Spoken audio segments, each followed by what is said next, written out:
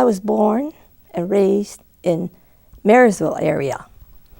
I was born in Yuba City, but my family moved to Marysville because my parents started business there. At first, my parents had a barber shop and like a, what do you call, bathhouse, where many of the laboring people came to have haircut and then also take a bath and go home. And so I was raised in that environment for a while. And I have to tell you one interesting experience. When I was about 4 or 5, I used to play in the barbershop waiting room. And then there was a, during those days, they used to have like a club, Tokyo Club. Have you heard of Tokyo Club? And there was this man by the name of Mr. Kagawa who didn't have any children, but he loves children. And he would come over quite every day and then tease me, you know. And as you know, the children do not like to be teased. And then one day I was playing in the waiting room, and he came and started teasing me, and I got so mad that there was a Coke bottle or something, and I knocked his head down. And then he cut his forehead. And so then he went back to the club, and then all his so-called staff or whatever said, "Who did it? We have to go back and give that revenge." Then he says, "No, I can't say. My name was Miyako. Miyako at the barbershop did this." So they all laugh. But that's the kind of life I had at first. And then afterwards, my father, after he made capital by doing barbershop, and he was just apprentice, you know, that he learned this trade in Sacramento first before he moved to Yuba City. And then he taught my mother. And then also I should talk about my mother, because my mother came in 1909 as a picture bride. And during those days, I understand that the mother-in-law would select who would be the potential bride to be sent to the United States. And so my mother was the third lady, and other 2 ladies then passed their examination. So my mother was selected to come, and she landed in Seattle. And so my father, who was, I should tell them about my father came through Hawaii, and about 1907, he went to Hawaii and lived there for 1 year in a sugar plantation before he was given a passport to come to the United States. And at that time, my uncle was already in Wheatland. So he came to Wheatland, but he didn't like the farm. So he went to Sacramento to start learning the trade of barber. And anyway, my mother came and landed in Seattle. And at that time, all these picture brides came in, landing in either San Francisco or Seattle, wore kimono and came. So my father wasn't able to afford a dress, you know those long dresses with a feathered hat. So I understand that he borrowed somebody's, and then my mother had to change to that dress, and then they came to Marysville. Sacramento first. I'm sorry. Well, anyway, after my father quit barber, my mother still kept on that business. And then he got into business because my father never liked farming. So then first thing he did for a while was to sell Singer sewing machine. And then he got into, he bought a gasoline station, small one. And then after my mother was able to work hard and save some money, my parents decided to build a garage. And in the meantime, my oldest sister, who was 14 years older, was in Japan being raised by my grandmother and uncle. And she was called back while she was senior in high school in Japan, because there was a land law that was in effect that she will not be able to come back to California. So anyway, another thing that my father wanted to do was to buy a land. As you know, at that time, the aliens were not able to buy land. So my father used my sister's name and then bought this lot that he built 100-car garage. And he was the first Japanese issei to sell automobiles, and he was selling DeSoto and Plymouth. And during that time, there were, in fact, few mechanics to work for him. So he had to write to friends in Hawaii to send 2 mechanics to work for him. Because, you know, when you become a dealer, you have to have, the garage section where they have to repair. And so again, we were growing up in a little home right by the garage. And during that time, my parents used to get letter from friends who brought their children back, and after they graduated high school, came back. So they are so-called the kibes, you know, American citizens coming back to United States. And so then my father had, on top of the mechanics, all these boys and girls who came from Japan, and they have to go to public school. So while they're going to school, you know, my father gave them like a schoolboy's job. And so during that time, all these people from Japan were reading books and magazines, and so I got interested in the Japanese, you know, even though I couldn't read some of them, but I was reading. And then in the meantime, I was going to Japanese language school because my father, my uncle, and other isseis built a Japanese language school. And at that time, the Buddhist church was kept in a hall, and then once a month, the minister came from Sacramento Buddhist Church because we were a branch of the Sacramento Buddhist Church.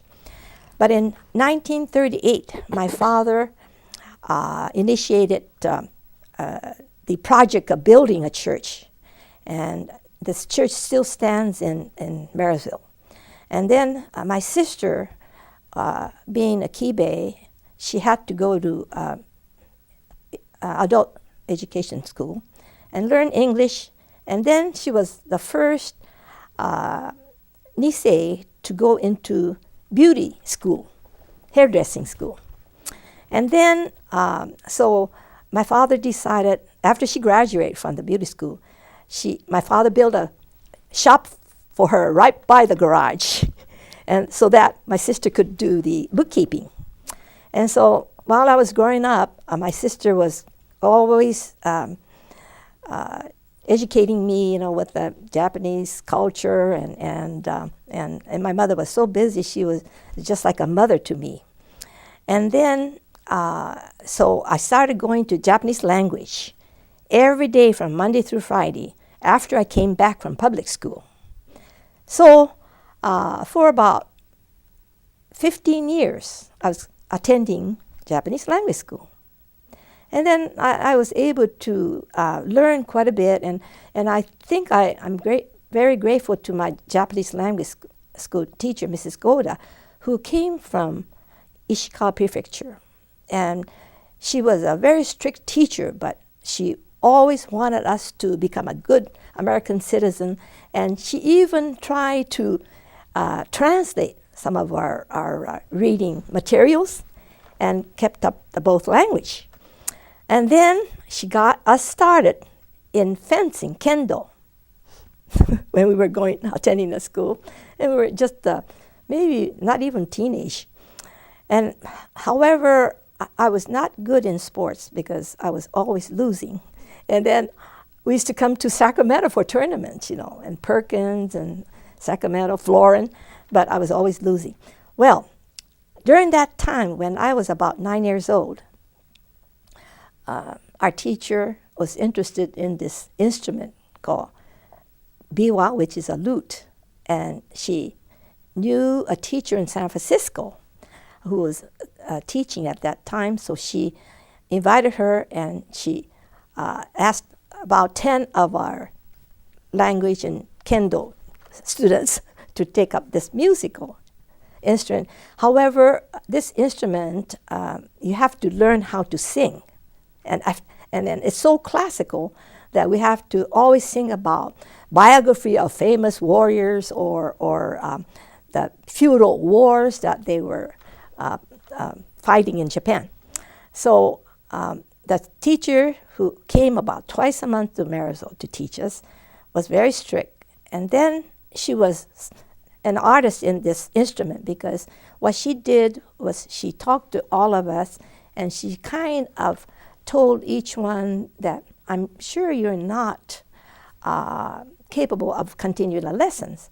So she said that, well, maybe you might be better in learning piano or koto.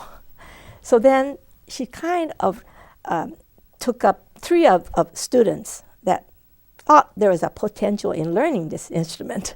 So we did, and there were 3 of us. And so then another lady, a girl, and myself, we were teenage, I think. We used to take this train we started from Chico, Marysville, and to Sacramento. And then through Carquinez Bridge area, we arrived in Oakland. And it was the days that the San Francisco Bay Bridge was being built. So we saw all that construction going on when we were taking the ferry. And so we would go to Fairfield. And then my teacher's husband, he had a garage there too. He would drive this old Ford automobile and meet us at the ferry building. And then I still remember the place, 1540 Post Street. At the present time, it's the Japantown. And the teacher lived there, and she would teach us. I still remember, we left Marysville about 6:10 in the morning.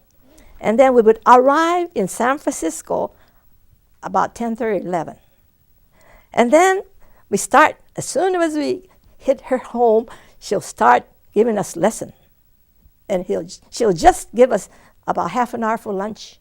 And then at 4:40, we have to take the ferry to Oakland and take a train back to Marysville. So it was quite an interesting experience. I'll never forget that. Because on the ferry boat, there were many, many people, some were giving sermons, and it was all kinds of, I still recall the days. And then I recall the construction of the Bay Bridge. I thought that was kind of interesting. The war came, and I was 18 years old, and I was senior in Marysville High School when the war started. And then in June, I was supposed to graduate. And so, as you know, the war started, and then around April or May, they started relocating Japanese into Assembly Center. But we were lucky enough that we didn't have to go to Assembly Center. So we waited until July 14th to be incarcerated to Tule Lake Relocation Center. Can you backtrack for a minute and tell me what you recall about how people in the Japanese community felt, and what happened to you at school? Let's say the Monday after Pearl Harbor. Well, after Pearl Harbor, there was kind of tension.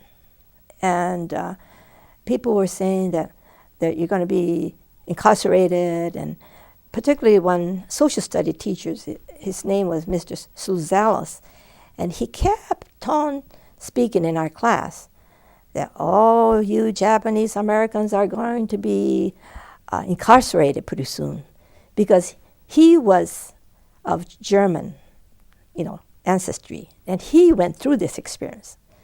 Consequently, he said he changed his name to Suzalis. He had a German name. So he kept on speaking about it, and, we didn't like it.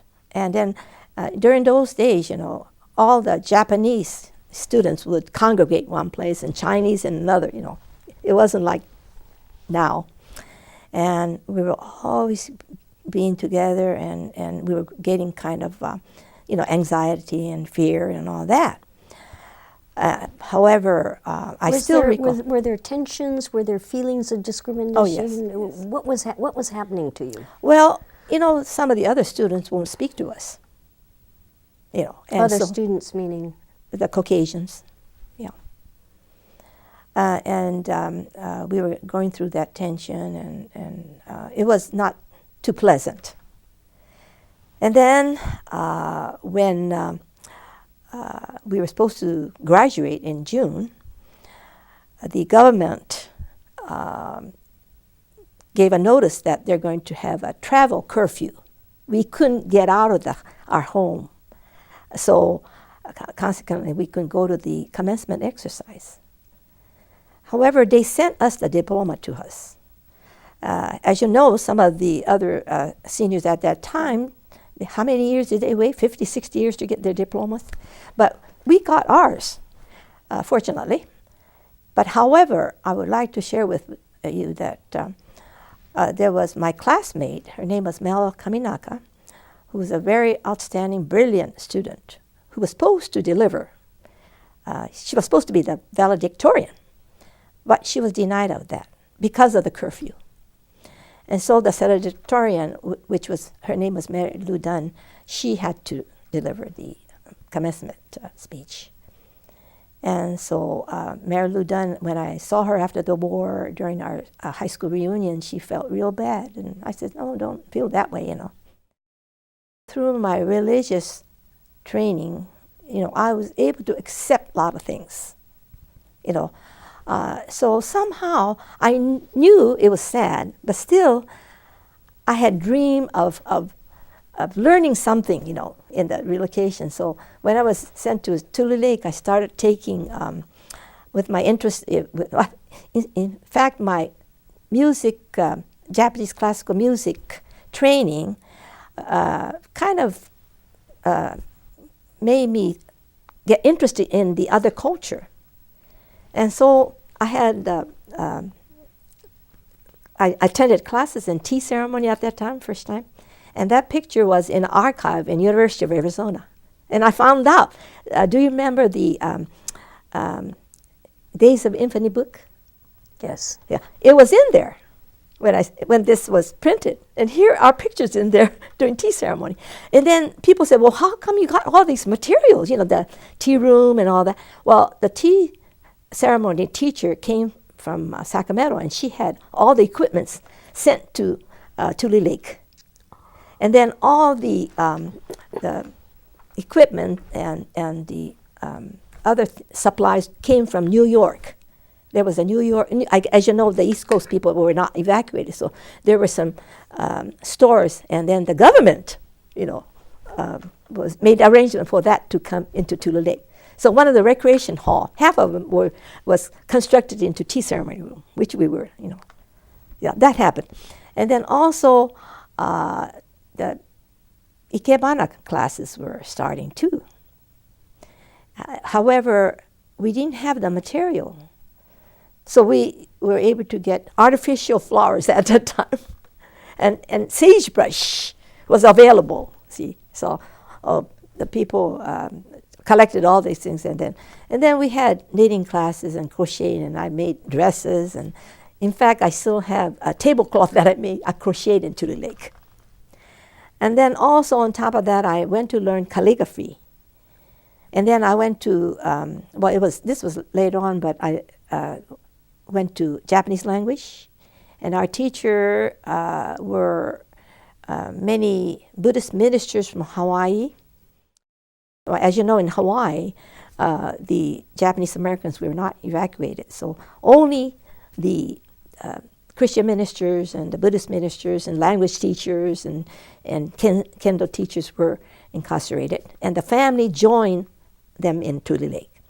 And then the first 2 years, as you know, we had many activities going on, and we were busy, since I had time. I worked part-time in a mess hall so that I could take all these lessons in the morning and afternoon. And then on Sundays, my mother would take us to recreation hall where they converted into church. And every morning from 6 o'clock, every Sunday I did it with my mother and my sister. 6 o'clock in the morning we used to have service. And because we had so many Buddhist ministers from all areas, so we used to have a study class. And then also I instigated a Sunday school program for the people that lived in our block, in our ward. My parents were kind of broad-minded. And, many of the Issei's at that time, they wanted to work hard and they wanted to go back to Japan. But my uncle and my father did not believe in that. And, they didn't send any money, back to Japan. Of course, they did send money to the family, because they're having a hard time too. However, my father always had a vision that he was going to make his home in America, and he was not going to invest anything. Even my husband's family, they sent money to Japan through the bank, and they couldn't get it back, as you know. But my father was different. He always invested in buildings for his business. Okay, so let me just clarify this. Families were sending money to Japan, planning to go back to Japan? Some families did. Some families. Yeah, not everybody. Well, some families can't with the children, say, being born but that was the first intention of the immigrants, as you know, when they were brought from Japan. And as you know, at that time of the immigration era, majority of the people that came to the United States is from Hiroshima and Yamaguchi Prefecture. And my parents came from Hiroshima. And then I found out by attending convention about 4 years ago in Hiroshima, since I'm the president of Hiroshima group in Sacramento, there were many professors from Hiroshima University and University of Hawaii doing research on why so many Japanese came from Hiroshima and Yamaguchi Prefecture. Well, the report was that the governor, so-called governor, I guess at that time, they didn't call it governor, but at the time of these prefecture, they had a very good contract with the territory of Hawaii. It was territory. And so first group came, I think first group from Hiroshima and Yamaguchi, and they did so well. And then so the immigration started, mainly from Hiroshima and Yamaguchi Prefecture. That was the report that I received. I didn't know that, but when I attended the convention, all these professors who did, the research. So the Japanese government was, and the prefecture was encouraging. Yeah, encouraging. It was easier to get passports from Hiroshima and Yamaguchi prefectures.